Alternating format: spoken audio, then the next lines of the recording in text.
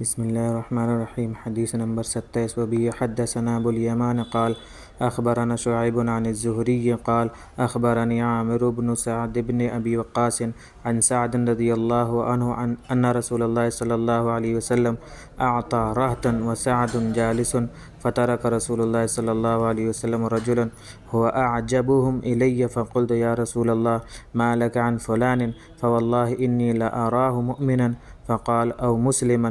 فسكت قليلا ثم غلبني ما أعلم منه، فعدت لمقالتي فقلت ما لك عن فلان؟ فوالله إني لأراه مؤمنا. فقال أو مسلما. فسكت قليلا ثم غلبني ما أعلم منه، فعدت لمقالتي. وعد رسول الله صلى الله عليه وسلم ثم قال يا سعد إني لأعطي الرجل وغيره أحب إلي منه خشية أن يكبه الله في النار۔ حضرت سعد بن ابی وقاص رضی اللہ عنہ سے مروی ہے کہ رسول اللہ صلی اللہ علیہ وسلم نے چند لوگوں کو کچھ مال دیا، حالانکہ سعد بیٹھے ہوئے تھے۔ آپ صلی اللہ علیہ وسلم نے ایک شخص کو چھوڑ دیا اور وہ مجھے ان سب لوگوں سے زیادہ پسند تھا۔ میں نے عرض کیا یا رسول اللہ، آپ صلی اللہ علیہ وسلم نے فلاں شخص کو چھوڑ دیا، خدا کی قسم میں تو اسے مومن سمجھتا تھا۔ آپ صلی اللہ علیہ وسلم نے فرمایا یا مسلم۔ پھر تھوڑی دیر میں خاموش رہا، پھر اس چیز نے زور دیا جو میں اس کے بارے میں جانتا تھا۔ پھر میں نے عرض کیا یا رسول اللہ، آپ صلی اللہ علیہ وسلم نے اسے کیوں چھوڑ دیا حالانکہ میں اس کو مومن جانتا ہوں؟ پھر رسول اللہ صلی اللہ علیہ وسلم نے وہی فرمایا یا مسلم، یعنی اس نے اسلام قبول کیا ہے۔ پھر میں نے تیسری بار پوچھا تو وہی جواب دیا۔ اس کے بعد فرمایا اے سعد، میں ایک شخص کو کچھ دیتا ہوں یا باوجود کہ دوسرے شخص کو اس سے اچھا سمجھتا ہوں، مجھے ڈر رہتا ہے کہ کہیں اللہ اس کو اوندھے منہ دوزخ میں نہ ڈھکیل دے۔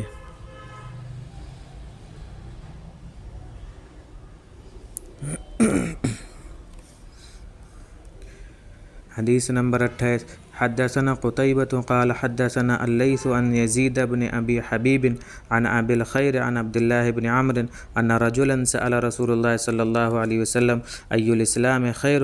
قال تطعم الطعام وتقرأ السلام على من عرفت ومن لم تعرف۔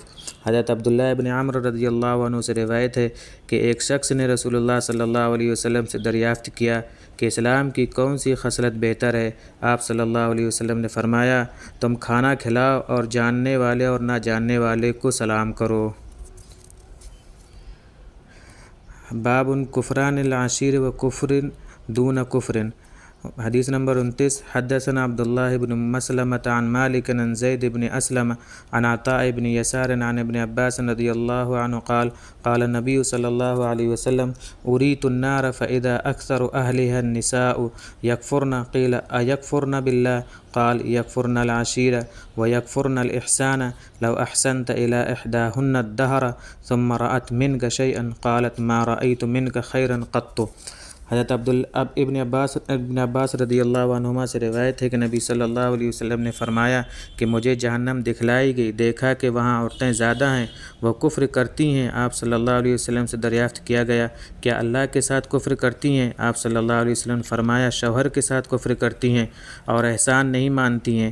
اگر تم پوری عمر ایک عورت کے ساتھ احسان کرتے رہو، پھر وہ کوئی ناپسند بات دیکھے تو کہنے لگتی ہے میں نے تجھ سے کبھی کوئی بھلائی ہی نہیں پائی۔